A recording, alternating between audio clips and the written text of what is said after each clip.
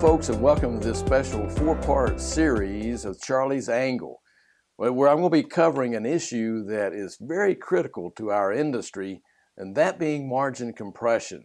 And what I mean by that is that if you consider the prices at which we've been selling green industry products and services, they've basically been at let's say, this level, but the costs over time have been increasing from down here to increasing, which means that profit is being squeezed out of the picture. That's a no-no over the long run for any industry. So as an industry matures, it behooves the industry participants to be thinking very hard about how to adjust pricing strategies. And of course, you can't do that effectively unless you've got a really good feel for the cost structure. So basically, there are several different ways to measure that. One of those, you could take an index like the Institute of Supply Management's manufacturing index, is the prices paid by manufacturers, and you could basically look at how that index is either increasing or decreasing over time.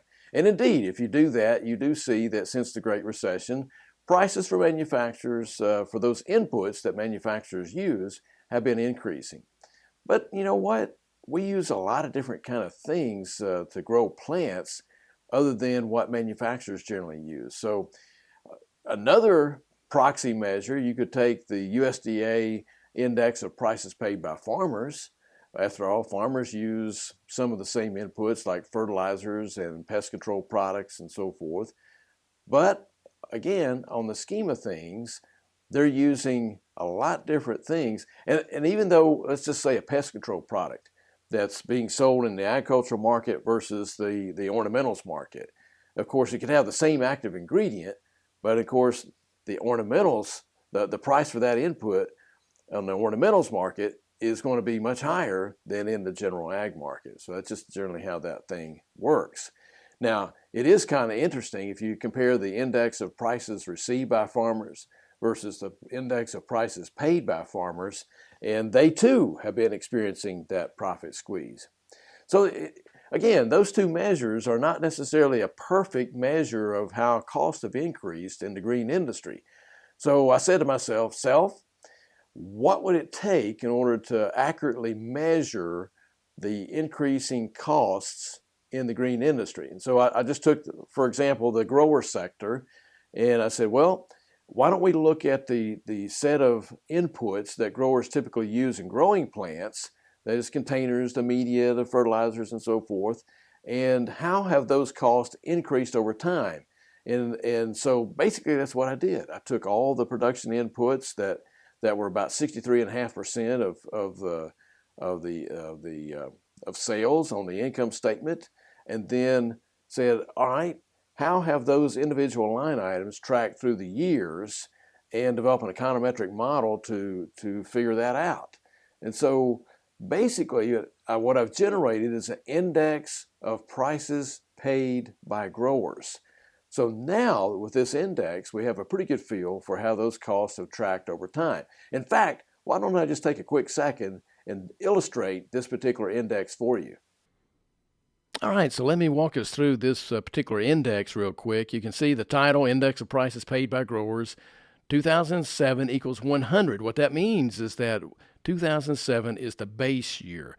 Anytime you're calculating an index, you select a base year, and then every year after that is either an increase or a decrease off of that base year. And you can see on the left-hand side, I've got containers, media, propagation stock, plant protection products, fertilizers, labor, fuel and energy, maintenance, freight and trucking, and of course, tags, labels, and point of purchase materials that are, of course, made from petroleum resins, so that's included in there as well. Now, all of these things combined are about 63.5% of total costs for the business. Those are the ones that are production related. That is the ones that you normally would think of in terms of producing the plant. So that's why those are included. All of these add up to 100, but really that's because each weight relative to this subset of cost line items. So all of these represent, again, 63.5%, but I'm looking at the weight, calculating a weight here based off of what percentage of the total cost of these items does this particular line item represent. For example, labor is generally 34, almost 35% of that total weight. And so that's why of the total cost of these products, so that's why it's listed in there as 34.65%. And you see across each year, you can see the relative index that I calculated is an econometric model developed for each one of these line items that really calculates how costs for that item have increased since 2007.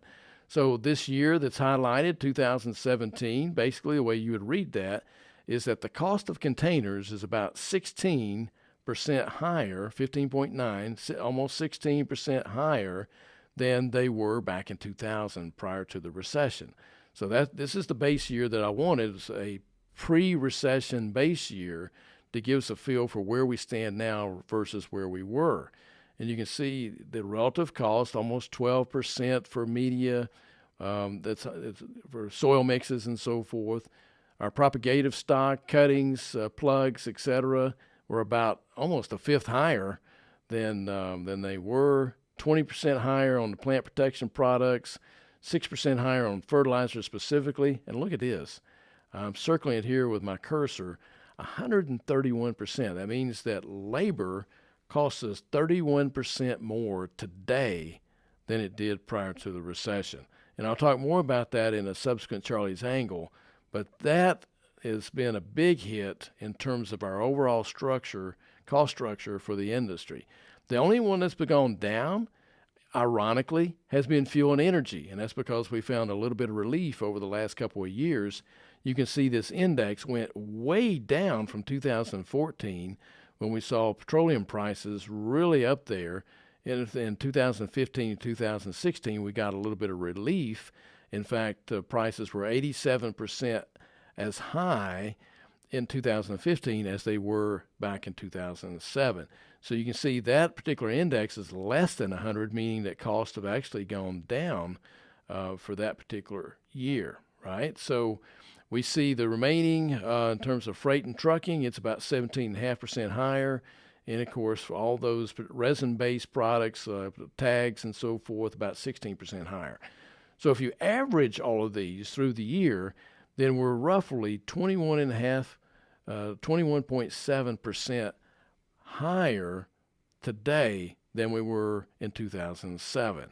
And if you look year over year, we're about 3.5%, just shy of 3.5% higher than we were last year in terms of the costs that growers are incurring relative to what they were paying back in 2007, right? So this is the year over year, 3.43 over 2016, but relative to 2007, we're 21.7% higher.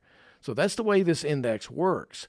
Now, the key question is, what do we do with this information? Of course, one of the best ways to utilize this information is, of course, to adjust your pricing strategies. If you know exactly how much that cost structure has been increasing for your business, then you know exactly how much you need to move price. And the price is a two-legged stool. On the one hand, you've got the increase in cost that you need to account for, but on the other hand, you've got the consumers or the customers' willingness to pay. So you need to be able to measure that as well as the cost structure.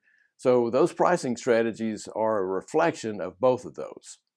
Now, in subsequent segments, we're going to be looking at the labor market specifically, and then the energy and fertilizer market, and then the distribution and logistics market. So stay tuned for those.